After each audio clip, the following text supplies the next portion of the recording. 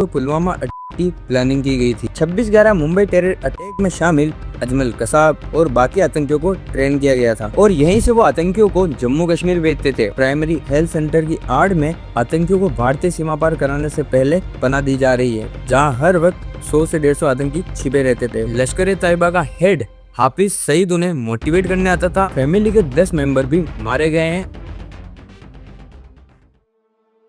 राजस्थान के बीकानेर से सिर्फ 200 किलोमीटर दूर पाकिस्तान के बहालपुर में लोकेटेड 15 एकड़ का यह मदरसा मरकज सुभान अल्लाह असल में जैश-ए मोहम्मद का मेन सेंटर था, जिसे आतंकवादी बनाने की फैक्ट्री कहा जाता है। यहाँ पर न सिर्फ उन्हें ट्रेनिंग दी जाती थी, बल्कि यहाँ पर टेररिस्ट अटैक की प्लानिंग भी की जाती थी और यहीं पर 2019 में हुए पुलवामा अटैक की प्लानिंग की गई थी। यह जैश-ए मोहम्मद चीफ मसूद अजहर और उसके भाई रऊफ अजगर का भी ठिकाना है। यह वही रऊफ अजगर है जिसने 24 साल की उम्र में अपने भाई को छुड़वाने के लिए भारतीय विमान IC-814 को हाईजैक किया था।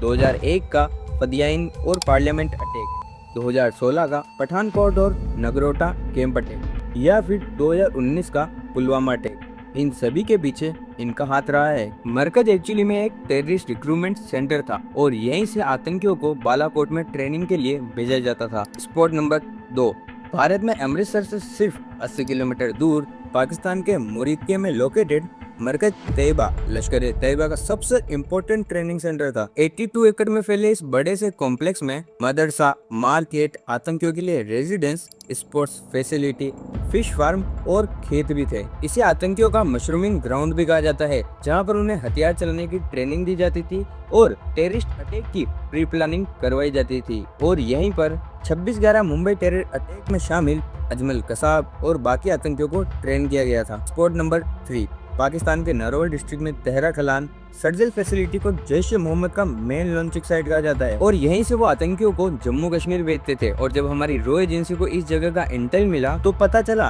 कि इस जगह पर प्राइमरी हेल्थ सेंटर की आड़ में आतंकियों को भारतीय सीमा पार कराने से पहले पनाह दी जा रही है और ये जैश-ए मोहम्मद का सबसे इम्पोर्टेंट कैंप है, क्योंकि ये भारतीय सीमा सांबा सेक्टर से सिर्फ 6 किलोमीटर दूर है। यहीं से ये आतंकी क्रॉस बॉर्डर टनल यानी सुरंगें खोदकर भारत में दाखिल होते थे। पाक ISI और जैश-ए मोहम्मद ने इसी शकरगढ़ एरिया में अंडरग्राउंड टनल का पूरा नेटवर्क बना रखा था, जो जम्मू के आर्निया टाउन तक आता था और यहीं से ही उनके हैंडलर्स आतंकियों को जम्मू एंड कश्मीर में छिपाने के लिए मदद करते थे। Spot number 4, Maimuna Zoya facility, Pakistan के सियालकोट में कोटली पट्टा गवर्नमेंट हॉस्पिटल के पास यह जगह हिजबुल मुजाहिदीन का वो अड्डा था, जहां हिजबुल मुजाहिदीन के नए आतंकियों को उनके सीनियर कमांडर्स ट्रेनिंग देने आते थे और हथियार मुहैया करवाते थे। कहा जाता है इस जगह पर हमेशा कम से कम 20 से 25 आतंकी मौजूद रहते थे, जिन्हें पाकिस्तानी आर्मी प्रोटेक्शन देती थी और यह जगह भी अमृतसर से मात्र 100 किलोमीटर की दूरी पर है। स्पॉट नंबर 5, POK के भिम्बर में लोकेटेड मरकज अहले हदीद लश्कर तैयबा के आतंकियों का वह ठिकाना था, जहां हर वक्त 100 से 150 आतंकी छिपे रहते थे और ये पंजाब के बरनाला से सिर्फ 500 मीटर की दूरी पर था। यहीं से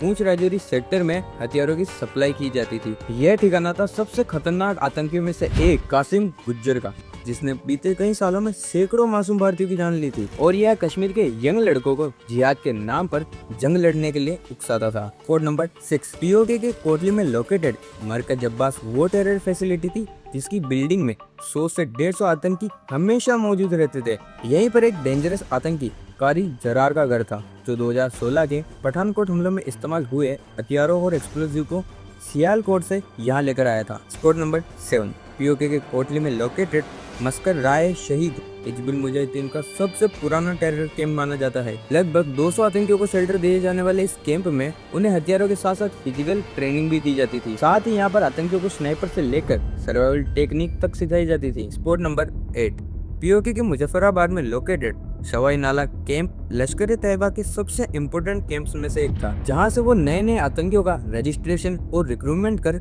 बेसिक ट्रेनिंग दिया करता था। और यहाँ पर पाकिस्तानी एजेंसी ISI के ऑफिसर्स और पाक आर्मी के ट्रेनर्स भी आकर ठहरते थे, जो कि नए लड़कों को ट्रेनिंग देने आते थे। यहाँ पर इन लोगों को GPS यूज करना, मैप रीड करना, ग्रेनेड तक चलाने की ट्रेनिंग दे रहे थे और यहीं पर उन्हें लश्कर तैयबा का हेड हाफिज सईद उन्हें मोटिवेट करने आता था और उनका वेलकम करने आता था। स्पॉट नंबर 9, POK के मुजफ्फराबाद में रेड फोर्ट के अपोजिट में लोकेटेड मरकज सैयदना बिलाल जैश मोहम्मद के आतंकियों के लिए एक ट्रांजिट कैंप था। ट्रांजिट कैंप का मतलब एक टेम्परेरी स्टे पॉइंट, जहां पर ये आतंकी जम्मू कश्मीर में घुसपैठ करने से पहले कुछ दिन के लिए ठहरते थे। और यहीं पर वो 5 आतंकी भी ठहरे थे जिन्होंने पुलवामा अटैक करवाया था। ये सभी कैंप डर, दहशत और आतंक फैलाने का एक ऐसा अड्डा था जिसका सफाया करना काफी ज्यादा जरूरी था। और इसी वजह से कैलेंडर पर 7 मई 2025 की तारीख चढ़ते ही रात के करीब 1:05 से 1:30 बजे के बीच यानी 25 मिनट के अंदर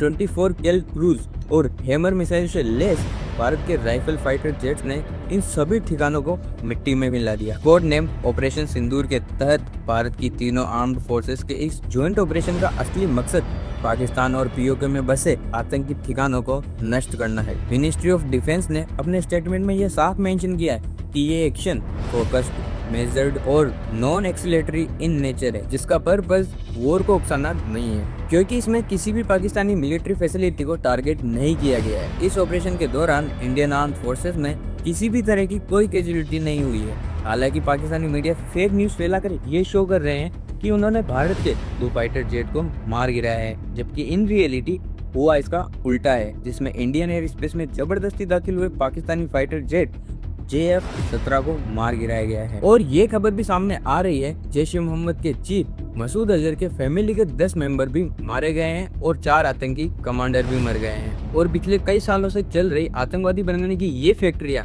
फाइनली अब बंद हो चुकी है, लेकिन कब तक?